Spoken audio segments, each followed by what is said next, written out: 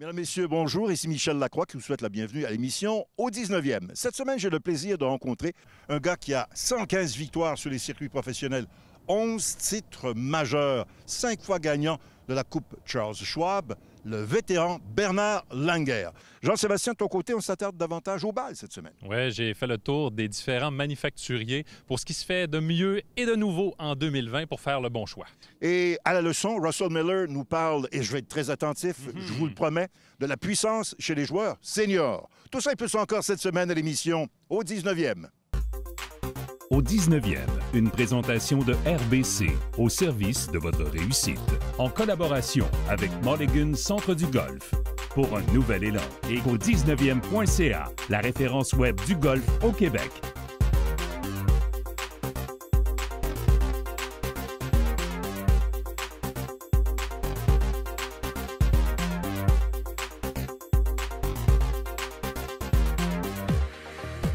En compagnie de Bernard Langer, une figure légendaire sur la scène du golf et particulièrement chez les seniors.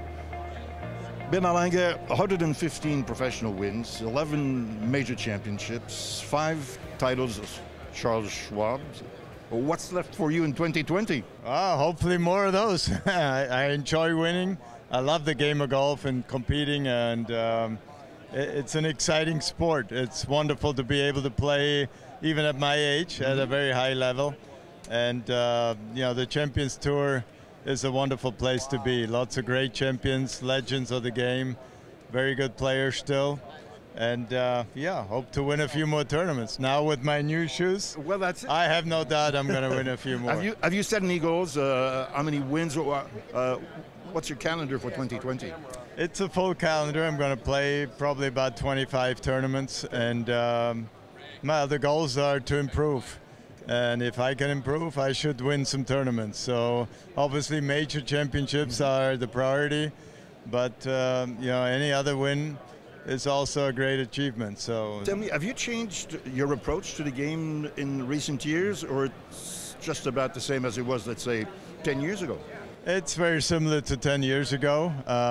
Compared to 30 years ago, I might take a little bit more time off, spend more time stretching, a little less hitting balls because I can't do it anymore. But I still, when I play tournaments, I practice pretty hard and enjoy the game. When we broadcast our reports on the French-Canadian TV, we look at you and there is absolutely no stone unturned. You are basically going to strategy.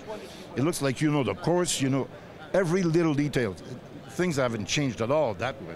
No, I'd like to be well prepared, so I have high expectations. And if you don't prepare, you shouldn't have any expectations. So that's been my approach. Whatever I do, I want to do it well and have fun doing it. Yeah, and as a matter of fact, talking about fun, we also did the father and son challenge, and it's in the family right now, to be honest with you. Yeah, it was a great weekend for us. My son putted very well, hit a lot of good shots as well, and the combination was good enough to win in the playoff. And the 3-wood he hit on 18 for eagle was phenomenal. So I was excited as a dad to be an eyewitness to that. One last question concerning the development of technology. We're talking about shoes, but we're also talking about the changes, so many changes for drivers, irons, putters. So what do you think about the changes? Are they, do golf benefit, do the game benefit from all these changes, do you think? Oh, most of it for sure. It makes it more exciting. People like to hit the ball further. They like to try new equipments and make the game a little easier. It's a very difficult game to play, as we all know. So anything that can help you to be 2%, 5% better is appreciated by anybody, whether you're a beginner or a professional. And so we always look for, the edge. And I think I found the edge with these Athlon shoes, as they feel very comfortable, and you're really stable in the ground where you can create a lot of power from the ground up. Listen, all the best for 2020 and many more majors. Thank you so much. Appreciate it. Thank you. On s'attaque maintenant à la question quiz de la semaine et Jean-Sébastien, avec l'approche de l'Omnium canadien, on teste vos connaissances sur cet événement national. Oui, Rory McIlroy va défendre son titre sur les allées du St. George Golf and Country Club. Et on se rappelle, l'année dernière, Émilie, le Nord-Irlandais, avait éclipsé tout le monde lors de la dernière ronde avec un pointage de 61 qui lui a permis de cumuler un score de moins 22, qui est un record pour le tournoi. Ce sera d'ailleurs une 6e visite à ce prestigieux parcours qui a célébré d'ailleurs son 90e anniversaire l'an dernier. Et la dernière fois qu'on y était pour cet événement, c'était en 2010. Justement, en 2010, et c'est notre question. Qui a remporté le dernier Omnium canadien disputé sur les allées du St. George Golf and Country Club? A. Sean O'Hair. B. Carl Peterson. Ou C. Nathan Green? La réponse après la pause.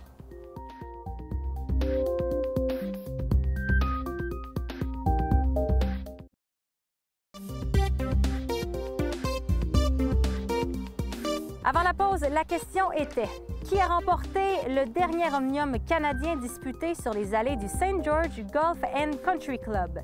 La réponse est B, Carl Peterson. C'est d'ailleurs le dernier Européen à avoir remporté l'Omnium canadien, évidemment avant le triomphe de McIlroy l'an dernier. Oui, Peterson n'avait pas eu une ascension ordinaire lors de son triomphe en 2010. Écoutez, il avait un roulé pour la normale de 9 pieds au dernier trou de la deuxième journée pour faire la coupure, ce qu'il a réussi de justesse. Et le lendemain, il a joué 60, moins 10. Il avait même une tentative d'oiselet pour jouer 59 au dernier trou. Malheureusement, qu'il a raté. Un pointage qu'il a évidemment ramené dans la course. Il a terminé le dimanche avec une carte de 67 pour remporter les grands honneurs en terminant un coup d'avance sur l'Américain Dean Wilson.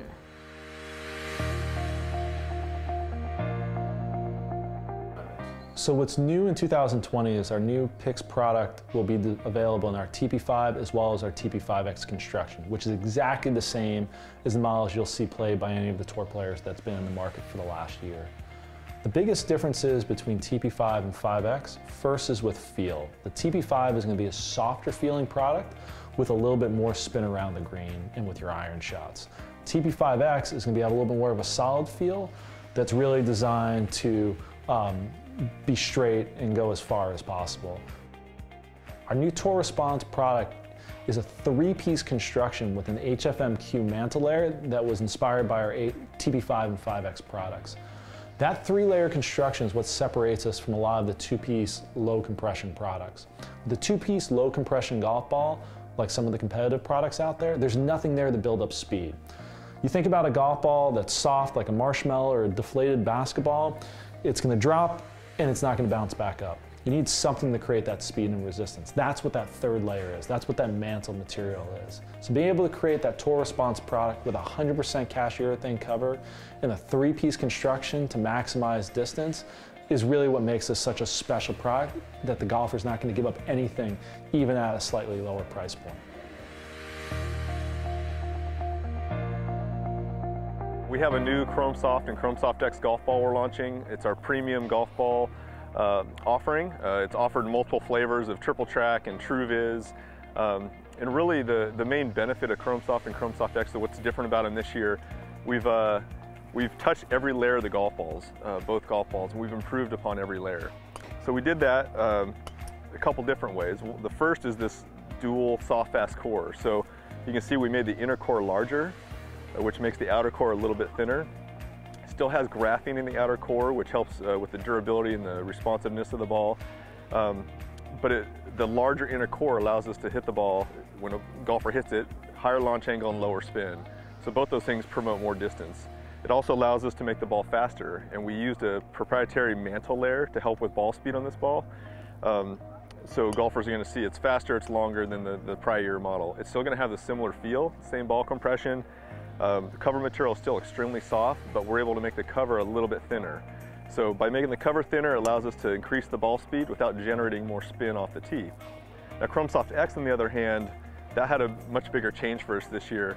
We determined that the best thing we can do for this ball is to make it faster and to not sacrifice anything in terms of ball speed with the softer compression. So we ended up switching this design to a solid core dual mantle design. And this kind of gives you an example. The core is much larger and we added an extra mantle layer. So those three together produce much faster ball speed, which leads to more distance. Also, what we found from this golfer is they like to work the ball a little bit more, and so they aren't looking for straight distance, they're looking for distance through ball speed, and the type of golfers playing blade irons and things like that, they're not looking to necessarily reduce spin and dispersion, they're looking to be able to control their shot as well as distance a little bit better. So with Chrome Soft X, we're able to do that with this solid core dual mantle design. The cover on this ball is much thinner as well. It's a more consistent cover material. We've taken great pains on both balls to make them more consistent with our new coating method. So yeah, overall it's a much more consistent golf ball, it's a longer golf ball, and I think people that try these are going to find that they're much longer than their prior generation models. Ce conseil de golf est une présentation de Ping. Bonjour les seniors. Pour optimiser vos performances, mon premier point est de toujours faire un élan complet. Trop souvent, je vois des mouvements retenus à la fin du mouvement et manque de flexibilité, manque de volonté, on ne termine pas au complet le mouvement. Et je vous l'assure, si vous terminez très bien et de façon constante votre élan, vous allez voir qu'une position vraiment en équilibre à la fin, avec à peu près 100% de votre poids sur le pied avant, vous allez voir que la constance de vos coups va augmenter parce que, justement, vous allez augmenter la constance de votre position finale. Alors maintenant que vous avez une position finale exemplaire, le prochain point, c'est que le bâton accélère trop rapidement avant la balle et il y a des fuites de puissance. Je m'explique. Pendant la motion arrière, vous armez les poignets.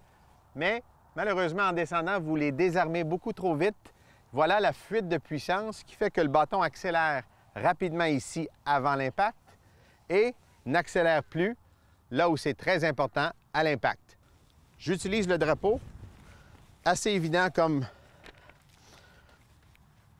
auditif, vous allez voir. On entend le maximum du son ici et non avant l'impact. Moins bon, meilleur. Maintenant que vous accélérez bien après l'impact, la qualité des coups est très importante. Alors, il faut frapper la balle avant le gazon. J'ai un exercice que j'adore, que j'encourage tout le monde à faire, c'est de faire des allers-retours et de juste brosser le gazon, mais en se concentrant à frapper toujours après là où serait votre balle de golf. J'ajoute un ingrédient bien simple, la serviette. Je vais la placer justement pour devoir l'éviter. Et ensuite, vous pourrez le faire avec une balle de golf. Votre balle de golf imaginaire serait ici, vous faites des coups pratiques. Vous voyez, vous avez une motion descendante vers le sol qui fait que vous frappez la balle en premier. Donc, la qualité de l'impact sera beaucoup améliorée.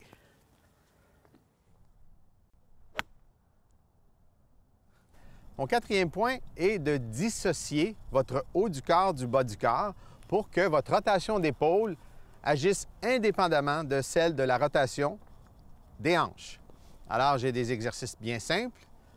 Maintenez vos hanches bien stables et faites quelques rotations des épaules pour sentir vraiment que la rotation des épaules peut se faire sans celle des hanches. Et le contraire, simplement sur un objet fixe. Je vais utiliser le bâton pour l'instant. Placez vos deux mains, les bras bien allongés, bien tendus et faites la rotation du bassin, des hanches de chaque côté pour vraiment aider à augmenter cette dissociation. Sur ces points physiques, justement, je vous invite à consulter un expert de la forme physique pour faire une évaluation TPI, Titleist Performance Institute.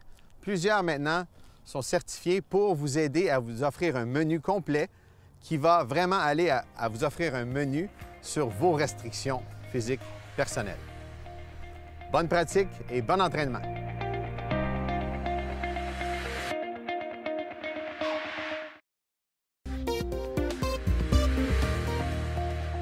Mulligan Centre du Golf présente la capsule équipement. Mulligan Centre du Golf pour un nouvel élan. Salut tout le monde, c'est le temps de la chronique équipement. Sylvain, on le dit jamais assez souvent, quand on parle de bois d'allée, c'est pas une question de numéro sur le couvre-bâton, mais c'est une question d'angle d'envol. Écoute, c'est une question qui revient fréquemment dans mes séances de fitting. Il ne faut pas regarder le chiffre, il faut regarder le degré. Un bois 3, ce n'est pas nécessairement 15 degrés, et un bois 5, ce n'est pas nécessairement 19 degrés. On va travailler plus sur les degrés pour améliorer la frappe du client. Ceci étant dit, on fait le tour de différents modèles cette semaine. On commence avec Callaway. On présente 3 nouveaux bois de départ. C'est la même chose du côté des bois d'allée. On a 3 versions. Oui, et pour la première fois, les ingénieurs ont incorporé la technologie FlashFace SS20 dans les bois d'allée. Oui, et on nous a dit que l'année dernière, étant donné que les limites de la puissance de l'ordinateur n'étaient pas en mesure d'optimiser FlashFace pour cette catégorie. Mais maintenant, c'est fait. On produit un effet trampoline comparable au bois de départ. Il y a la technologie Jailbreak, Face Cup, l'intelligence artificielle et une couronne en carbone triaxial. Il ne manque rien pour maximiser vos distances. Et comment on différencie les 3 modèles? Même chose que les bois de départ, le Maverick, Maverick Max et Maverick Sub-Zero. La version standard produit la plus grande vitesse de tête de bâton, tandis que la version Sub-Zero est plus profilée avec un centre de gravité plus avancé. Encore une fois, on s'adresse aux meilleurs golfeurs. Exactement. En plus, la version Max chez Callaway est une première. C'est la première fois que Callaway produit un bois d'allée qui corrige les crochets extérieurs. C'est un ajout intéressant.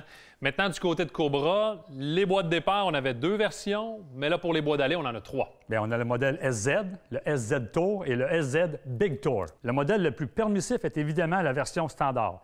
La version Tour est beaucoup plus petite et la version Big Tour est plus volumineuse que la version standard. En fait, le modèle a été dessiné en suivant les recommandations de Bryson DeChambeau et Lexi Thompson. Donc, on préfère une empreinte plus grosse. Ça donne plus de confiance et en plus, le centre de gravité est plus reculé par rapport à la face. Tout à fait. Et les 3 modèles possèdent la technologie Baffler qui a été renouvelée. La portion avant des rails située sous la semelle, près de la face, est vide.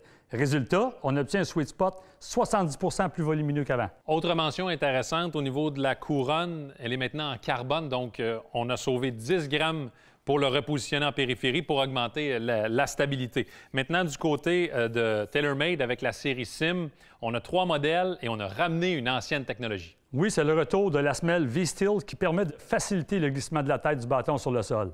La version Sim Standard est une construction multimatérielle et possède une plaque en acier qui pèse 80 grammes. C'est énorme. On combine avec une face en titane Z-Tech qui est un nouvel alliage et la couronne en carbone qui fait en sorte qu'on obtient énormément de distance. On ajoute aussi la technologie Twist Face, donc on est pratiquement blindé avec cette version. On a 2 autres modèles, Sylvain, construction en acier avec une tige fixe, mais tout aussi efficace. On parle de tête légèrement plus volumineuse. Oui, la version standard est 180 cc, la version Max est 185 cc et 190 cc pour le bois d'allée Sim Max D. Donc, la progression en termes de grosseur est très légère. Toutes les technologies de pointe y sont, Twist Face, Speed Pocket et V-Steel. Finalement, Sylvain, shaping, la tendance reste la même avec la série G410. On offre 3 versions. En effet, comme les bois de départ, on a 3 versions, le standard, le SFT et le LST shaping. LST pour une trajectoire plus perçante et SFT pour une trajectoire plus droite. Autre différence pour ce qui est des angles d'ouverture, la version standard offre le plus de choix jusqu'au bois numéro 9, tandis que la version SFT propose des angles plus élevés dans le but d'augmenter, évidemment, le moment d'inertie, comme par exemple 16 degrés pour un bois 3, 19 degrés pour le bois numéro 5. On propose même un bois numéro 7. Oui, on peut dire aussi que la version SFT a un poids situé dans le talon qui permet de corriger les crochets extérieurs. Merci Sylvain pour les précisions. Ça fait un tour rapide pour les nouveautés du côté des bois d'allée. La semaine prochaine, on s'attaque aux hybrides.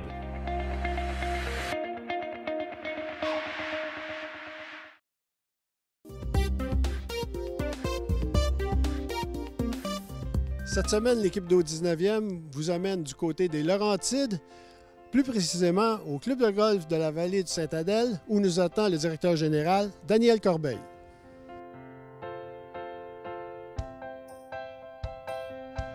Monsieur Corbeil, il y a eu d'importants changements au club de golf de la vallée de Saint-Adèle. Est-ce que vous pouvez nous en parler? Oui, bien sûr. Il y a eu une vente au mois d'avril. Ça s'est signé au début avril. C'est la famille Picotte qui a acheté M. Daniel Picotte, qui est un homme d'affaires assez connu de la région de Saint-Géron, qui possède d'autres compagnies axées sur les buffets puis ces choses-là. Fait que c'est des traiteurs. Puis ici, mais ils veulent amener ça ici, puis on fait des journées thématiques et tout ça. Fait que c'est bien parti là-dessus. Puis le parcours est fantastique. Ça a été construit par... C'était dessiné par Graham Cook. Il a fait les premiers esquisses en 88.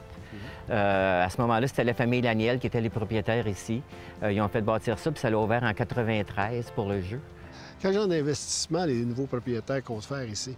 Bien, ils ont commencé déjà. Ils sont en train de retaper tout au complet le clubhouse, le chalet de golf. On a fait le haut, on a changé les planchers, on a changé tout l'équipement de cuisine, on a changé les meubles.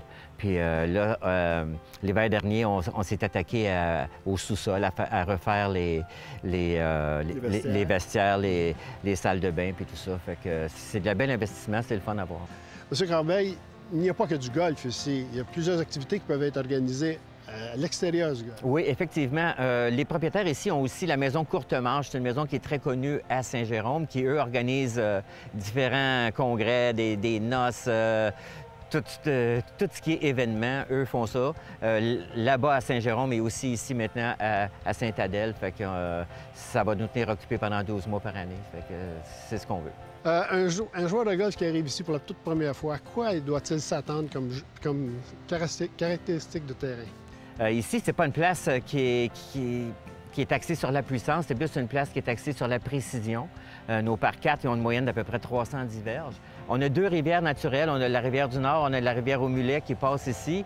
C'est peu commun là, dans les terrains de golf d'avoir 2 vrais cours d'eau. Et question de trous signature ici? Bien, le 6e trou, il n'est pas facile. C'est une normale 4 de 295 verges qui est signé le trou numéro 1 d'handicap. Il n'y a pas beaucoup de terrains que c'est des trous en bas de 300 verges qui sont le numéro 1 handicap, mais je défie les gens de venir le jouer. Il n'est pas facile à birder, il est étroit, on dirait une allée de quai, là, fait que c'est pas mal difficile ce trou-là. Fait qu'on est fiers de ça. Et pour ce qui est de l'accès ici, c'est très facile? Et c'est à peu près le terrain le plus facile, je pense, du Nord. On débarque à sortie 67, l'autoroute 15. On suit les indications, on est à 1,5 km de l'autoroute. C'est très près, ça se fait très bien. Bien, on vous souhaite un bon succès pour la saison 2020. Bien, c'est parfait, je vous remercie beaucoup. Au plaisir. Parfait, vous viendrez jouer. Ben, c'est déjà tout pour l'émission au 19e cette semaine. Notre prochain rendez-vous, attention, un joueur sur le circuit PGA Tour qui remonte lentement mais sûrement à la surface, qui a déjà d'ailleurs gagné un tournoi majeur, Jason Dufner, qui rejoint l'écurie de Cobra. Et on va aussi parler d'attitude. Jean-Sébastien, lui, va nous donner quelques conseils pour chasser la nervosité exagérée sur les coups d'approche. On va aussi s'entretenir avec le docteur Sylvain Guimond, spécialiste en psychologie du sport. Tout ça et plus encore la semaine prochaine à l'émission au 19e, là où on entend les meilleures histoires de golf. Au 19e vous a été présenté par RBC, au service de votre réussite. En collaboration avec Mulligan Centre du Golf, pour un nouvel élan. Et au 19e.ca, la référence web du golf au Québec.